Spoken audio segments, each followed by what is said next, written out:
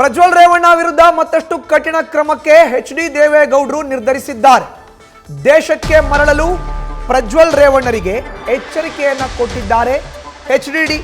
ಪ್ರಜ್ವಲ್ ರೇವಣ್ಣ ವಿರುದ್ಧ ಮತ್ತಷ್ಟು ಕಠಿಣ ಕ್ರಮಕ್ಕೆ ದೇವೇಗೌಡರು ಈಗ ನಿರ್ಧರಿಸಿದ್ದಾರೆ.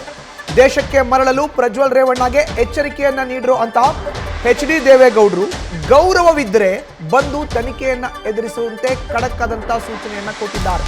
ತಮ್ಮ ಮನವಿಗೆ ಒಂದು ವೇಳೆ ಏನಾದರೂ ಪ್ರಜ್ವಲ್ ರೇವಣ್ಣ ಸ್ಪಂದಿಸದಿದ್ರೆ ಕಠಿಣ ಕ್ರಮಕ್ಕೆ ನಿರ್ಧರಿಸಿದ್ದಾರೆ ದೇವೇಗೌಡರು. ಸಂಸದ ಸ್ಥಾನಕ್ಕೆ ರಾಜೀನಾಮೆ ಪಡೆಯಲು ದೇವೇಗೌಡರು ತೀರ್ಮಾನಿಸಿದ್ದಾರೆ. ಹೆಚ್ಚಿನ ಡೀಟೇಲ್ಸ್ ನಮ್ಮ ಪ್ರತಿನಿಧಿ ಮಂಜುನಾಥ್ ನೀಡ್ತಾರೆ. ನ್ಯೂಸ್ ಡೆಸ್ಕ್ ಇಂದ ನೇರ ಸಂಪರ್ಕಕ್ಕೆ ಜಾಯಿನ್ ಆಗಿದ್ದಾರೆ.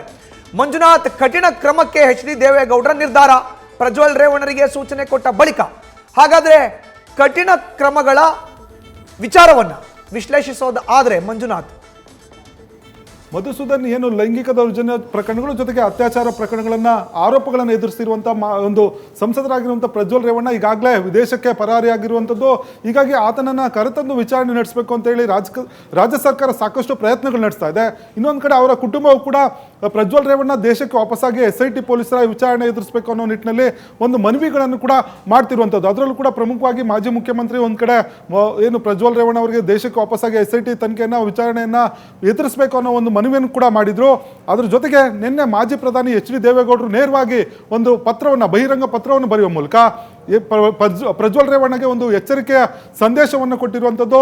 ಕೂಡಲೇ ದೇಶಕ್ಕೆ ವಾಪಸ್ಸಾಗಿ SIT ಪೊಲೀಸರ ವಿಚಾರಣೆಯನ್ನು ಎದುರಿಸಬೇಕು, ಕಾನೂನು ವಿಚಾರಗಳೇನಿದೆ ಅದನ್ನು ಪಾಲಿಸಬೇಕು ಅನ್ನೋದು ನೇರವಾಗಿ ಒಂದು ಸೂಚನೆಯನ್ನು ಕೊಟ್ಟಿರುವಂಥದ್ದು, ಎಚ್ಚರಿಕೆಯ ಸಂದೇಶವನ್ನು ಕೊಟ್ಟಿರುವಂಥದ್ದು. ಆದರೆ ಈ ಒಂದು ಹಿನ್ನೆಲೆಯಲ್ಲಿ ಅಂದರೆ ದೇವೇಗೌಡರು ಈ ಒಂದು ಎಚ್ಚರಿಕೆ ಸಂದೇಶದ ಜೊತೆಗೆ ಮತ್ತಷ್ಟು ಕಠಿಣ ಕ್ರಮಕ್ಕೂ ಕೂಡ ತೀರ್ಮಾನವನ್ನು ತೆಗೆದುಕೊಂಡಿದ್ದಾರೆ ಅನ್ನೋ ಒಂದು ಮಾಹಿತಿ ಈಗ ನ್ಯೂಸ್ ಫಸ್ಟ್ಗೆ ಲಭ್ಯ ಆಗಿರುವಂಥದ್ದು. ಅದರಲ್ಲೂ ಕೂಡ ಪ್ರಮುಖವಾಗಿ ಜೂನ್ 4ರ ನಂತರ ಫಲಿತಾಂಶ ಬರುತ್ತೆ. ಒಂದು ವೇಳೆ ಲೋಕಸಭಾ ಚುನಾವಣೆಯಲ್ಲಿ ಪ್ರಜ್ವಲ್ ರೇವಣ್ಣ ಗೆದ್ರೆ ಆ ಒಂದು ಚುನಾವಣೆ ಫಲಿತಾಂಶದ ನಂತರ ಪ್ರಜ್ವಲ್ ರೇವಣ್ಣ ಅವರ ರಾಜೀನಾಮೆ ಕೂಡ ಪಡಲಿಕ್ಕೆ ಒಂದು ತೀರ್ಮಾನವನ್ನು ತೆಗೆದುಕೊಂಡಿದ್ದಾರೆ. ಜೊತೆಗೆ ಶಾಶ್ವತವಾಗಿ JDS ಪಕ್ಷದಿಂದ ಏನು ಪ್ರಜ್ವಲ್ ರೇವಣ್ಣ ಅವರನ್ನ ಉಚ್ಚಾಟನೆ ಮಾಡಲಿಕ್ಕೂ ಕೂಡ ದೇವೇಗೌಡರು ತೀರ್ಮಾನ ತೆಗೆದುಕೊಂಡಿರುವಂಥದ್ದು. ಹಾಗಾಗಿ ಕೂಡಲೇ ಪ್ರಜ್ವಲ್ ರೇವಣ್ಣ ಏನು ಬಂದು ದೇಶಕ್ಕೆ ವಾಪಸ್ಸಾಗಿ ಒಂದು ಪ್ರಕರಣದ ವಿಚಾರಣೆ ನಡೆಸಿದ್ರೆ ಈ ಎಲ್ಲ ಕಠಿಣ ಕ್ರಮಗಳಿಂದ ಒಂದಷ್ಟು ಹಿಂದೆ ಸರಿಯುವ ಸಾಧ್ಯತೆ ಇರುವಂಥದ್ದು.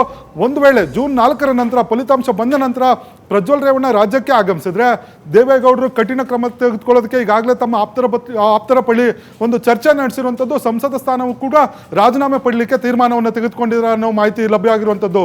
ಮಧುಸೂದನ್, ಧನ್ಯವಾದ ಮಂಜುನಾಥ್ ನಿಮ್ಮ ಮಾಹಿತಿಗೆ.